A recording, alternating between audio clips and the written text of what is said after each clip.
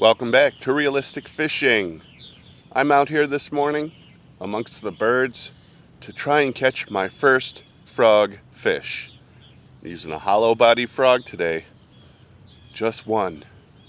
Please, just one. Here's what I'm fishing with today. A very typical topwater frog. Hollow body. It's got some legs here. Let's see if I can get a bass. I've tried a few times. I've had some blow-ups on it, but I've never actually caught a fish on this lure. Come on, just one.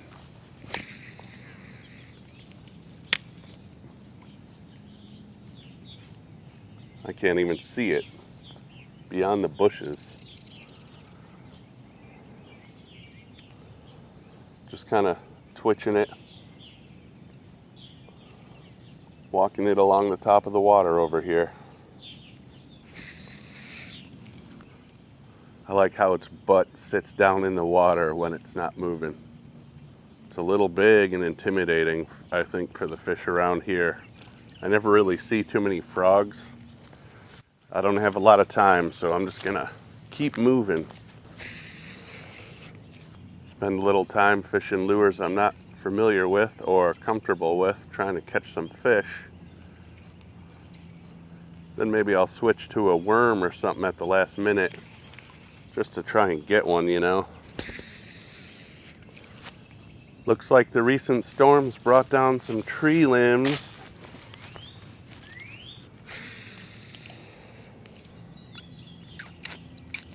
Frog pee.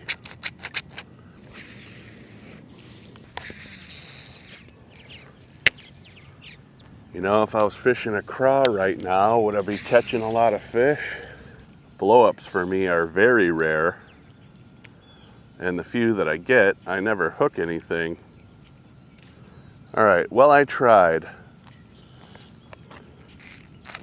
All I got is the enjoyment of the pissing frog when you squeeze him. Next, I'm going to go back to the car. I'm going to tie on something else.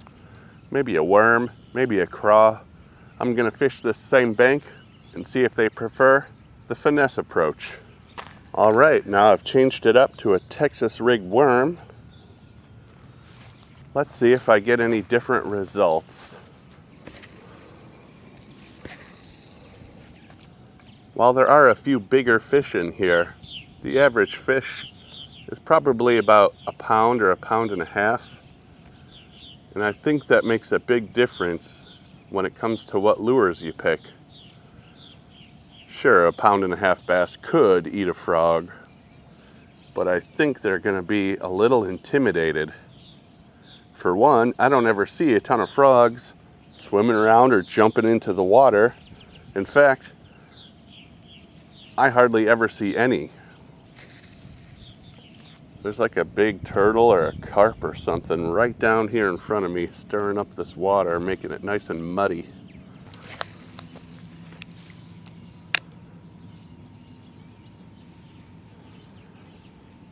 Just dragging it along the bottom, the occasional hop.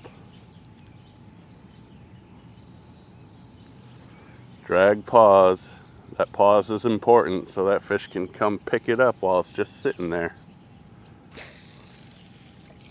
Well, so far, in the frog versus worm battle, it's 0-0.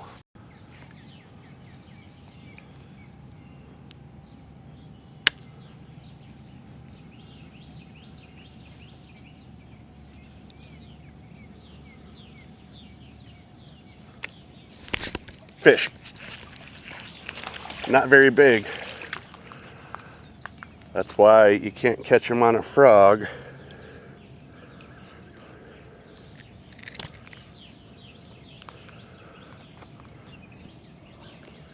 So we got this 10-inch bass here. Of course it's too small to go for a frog. It might just barely fit in his mouth. But he's going to be intimidated by that big bait. So when you got something with a smaller profile like a worm, a fish like this is going to be more aggressive and go for it. Alright, let's let him go. If all you care about is size, you might want to stick with the frog. If you care about catching numbers, so far the worm is already winning. All right, let's keep trying.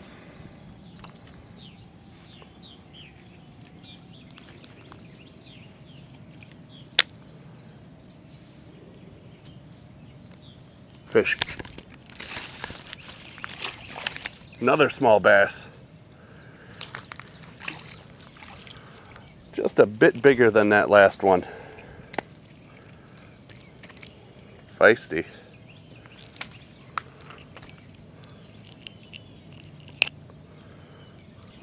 Yeah, so here we go. Getting up there. Closer to a half a pound anyway with a bass like this. Just a little bit bigger than that other one. Again, there's no way this fish would go for a frog. Alright, let's let him go. Got him out there. Same spot I got that other one. Well, let's see if there's any more out there.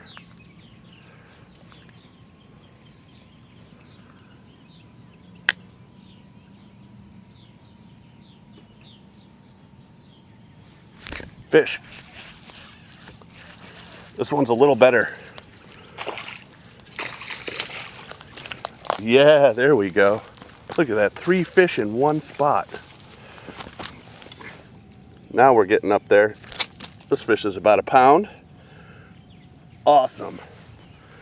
I got 3 fish in a row from that one spot. Right down there along the dock. 0 fish on the frog. 3 fish on the plastic worm, including this nice 1-pound bass. Nice, healthy looking bass here.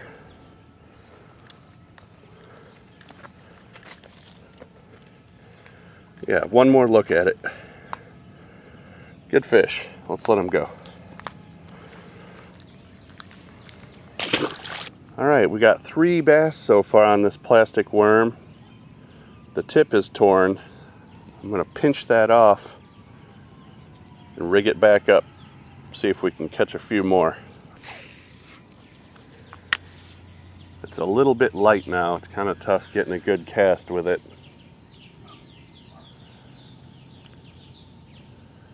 But it's the only lure I have on me right now. I was trying to make a quick point. It turned into 3 fish. Even I'm kind of surprised. Hopefully it can turn into 4 fish.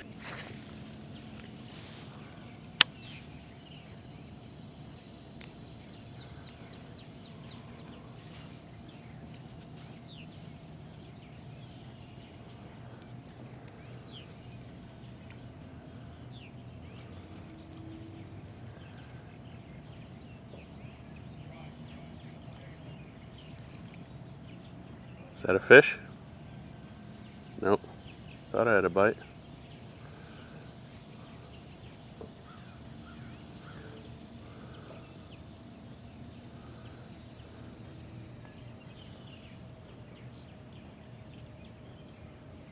That might be a bite. Oh, it was something really small. Bluegill or something had the end of it. Damn, look at that. They stole the tail. Now it's going to have an incomplete tail. It's just like a little tiny silver thing. Unfortunately, that last fish stole the tail off my worm. It's not as appealing. I couldn't get a bite on it after that. However, my point was still made. Just because you're not catching anything on a frog doesn't mean there aren't any fish around. Sometimes the subtle finesse approach can get them to bite, even if you think they're not there. Thanks for watching Realistic Fishing. Oh yeah, I almost forgot about the giveaway. Let's get in the studio and pick a winner. All right, let's go over really quickly what's up for grabs in this giveaway. Savage Gear Lily Ninja Frog. Berkeley Gulp Minnow 2.5 inch Watermelon Pearl. Power Bait 10-inch power worms. We also have the Z-Man Chatterbait Elite. Last but not least, Strike King Red Eye Shad. Let's just get a winner picked. Alright, the video with the giveaway was called Clearance Bass Fishing Lures BOGO Fishing Mail and Free Lures. We got 1,038 comments. That's a lot of comments.